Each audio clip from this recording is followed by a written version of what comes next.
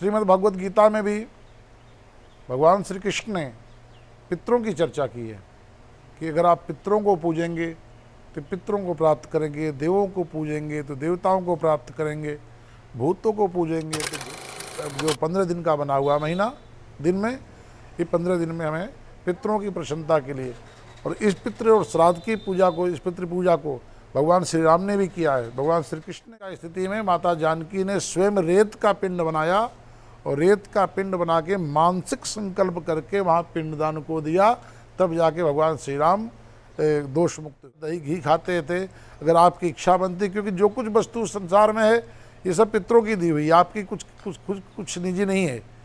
शरीर से लेके तन मन धन सब कुछ दिया ही हुआ है, आपका खुद का निजी कुछ नहीं है। तो इसीलिए हम श्राद्ध में ब्राह्मणों ओम भूर्भुवः स्वः तत्सवितुर्वरेण्यं भर्गो देवस्य धीमहि धियो यो नः प्रचोदयात्। सत्य सनातन धर्म की जय हो, धर्म की जय हो, अधर्म का नाश हो, प्राणियों में सद्भावना हो, विश्व का कल्याण हो। गौ माता की जय हो, धरती माता की जय हो, भारत माता की जय हो, गंगा माता की जय हो, अन्नपूर्णा मैया की जय हो, देविका मैया की जय हो, सर्व देवी देवताओं की जय हो, अपने अपने माता पिता गुरुजनों की जय हो। ये पितृपक्ष का बहुत ही पवित्र महीना चल रहा है। जैसे हम अन्य देवताओं की उपासना हेतु, भगवान शिव की उपासना हेतु श्रावण महीने में उपासना करते हैं, भोलेनाथ को प्रसन्नता के लिए सर्व नवरात्र में माँ जगदम्बा आदिशक्ति ब्रह्मा की उपासना करते हैं,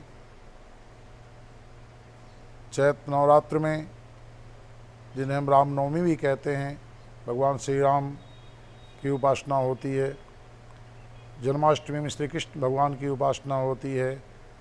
अन्य तिथि पर्व पे अन्य महीनों में हर देवताओं की अपनी व्यवस्था बनी हुई है कि हम समय अनुसार अपने अपने इष्ट देवताओं की उपासना करके पुण्य अर्जित करें और मानव जीवन की शिक्षा प्राप्त करके सशरीर इस जीवन में धर्मपूर्वक आचरण करते हुए शतायु 100 साल तक जिएं और प्रसन्नतापूर्वक भारतवर्ष की रक्षा करें। मेरे मित्रजनों, ये पितृपक्ष पितृदेवताओं के लिए यानी हमारे शरीर संबंधी उपासना है। पितृ हमारे पूर्वज हैं जिन्होंने इस धरती पर मकान का निर्माण किया, व्यापार का निर्माण किया, व्यवस्था किया, सब दुख सुख सहकर, धूप छाँव कष्ट आदि सहकर लालन पालन में हम सब बच्चों का जीवन सुखमय बनाने हेतु अनेक कष्ट सहे, अनेक युद्ध लड़े और इस संसार से वो सशरीर विदा हुए, ब्रह्मलीन हुए। आज उनको हम पितृ कहते हैं। श्रीमद् भगवद गीता में भी भगवान श्री कृष्ण ने पितरों की चर्चा की है कि अगर आप पितरों को पूजेंगे तो पितरों को प्राप्त करेंगे, देवों को पूजेंगे तो देवताओं को प्राप्त करेंगे, भूतों को पूजेंगे तो भूतों को प्राप्त करेंगे, और मुझे पूजेंगे तो मुझे प्राप्त करेंगे। सर्वकर्म कर्म प्रातेज्यम मामेकम शरणं व्रज। अर्थात सर्व कार्यों को करते हुए जो आसक्ति का त्याग करके मेरे शरण में आएगा वो मुझे प्राप्त करेगा। तो भक्तजनों, पितृपक्ष में हम जैसे सावन महीने में शुद्ध आचरण करते हैं और शुद्ध आचरण के द्वारा भगवान शिव की उपासना करते हैं और उसमें दान धर्म यज्ञ ब्राह्मणों को दान करते हैं, ऐसे पितरों को यानी अपनी आत्मा को शांति हेतु पितरों की पूजा की जाती है। पितृदेवताओं का हम पिंडदान आदि जो छूट जाते हैं उनका हम पितृपक्ष में विधिवत करके वो साल भर की जो हमको दोष लगता है, 1 साल का जो दोष लग जाता है कि हमसे कुछ त्रुटि हो गई हो, उस त्रुटि को पूर्ति हेतु पितृपक्ष जो 15 दिन का बना हुआ महीना दिन में, ये 15 दिन में हमें पितरों की प्रसन्नता के लिए, और इस पितृ और श्राद्ध की पूजा को, इस पितृ पूजा को भगवान श्री राम ने भी किया है, भगवान श्री कृष्ण ने भी किया है।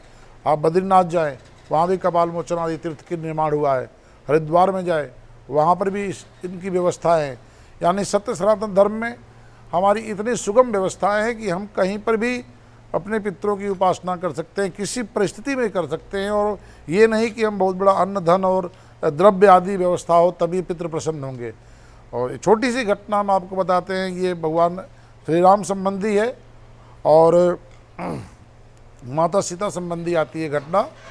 ये रामायण में तो नहीं है लेकिन भक्तमाल की कथा में है, आती है। और महाभारत पर्व में एक छोटी सी कथा आती है पितृपक्ष के विषय में। हम थोड़ा सा प्रकाश देना चाहेंगे कि भगवान श्री राम जब रावण पर विजय प्राप्त करके अयोध्या में प्रवेश आए थे तो राज तिलक से पहले कुल गुरु वशिष्ठ जी ने कहा था, भगवान श्री राम आप भगवान के अवतार हैं, नारायण के अंश अवतार हैं, लेकिन मानव शरीर धारण करने से आपको भी पाप पुण्य में के रास्ते से गुजरना पड़ा है।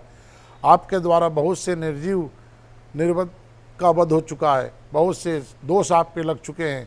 उन दोषों से जब तक आपको मुक्ति नहीं मिलेगी तब तक आप इस सिंहासन पे बैठने के योग्य नहीं है महाराज। आप संसार में हैं और आप मर्यादा पुरुषोत्तम हैं, मर्यादा के अनुसार चलना पड़ेगा। तो वशिष्ठ जी की आज्ञा अनुसार भगवान श्री राम ने गया जी में जाकर वहाँ पर पिंडदान आदि की व्यवस्था की कि ताकि जो भी हमारे कुल और जो जो हमसे युद्ध में मारे गए उन सब का एक सामूहिक पिंडदान की व्यवस्था की जाए ताकि हमको दोष मुक्ति मिले। उसमें ऐसी घटना घटी कि कुछ वस्तु कम हो गई थी।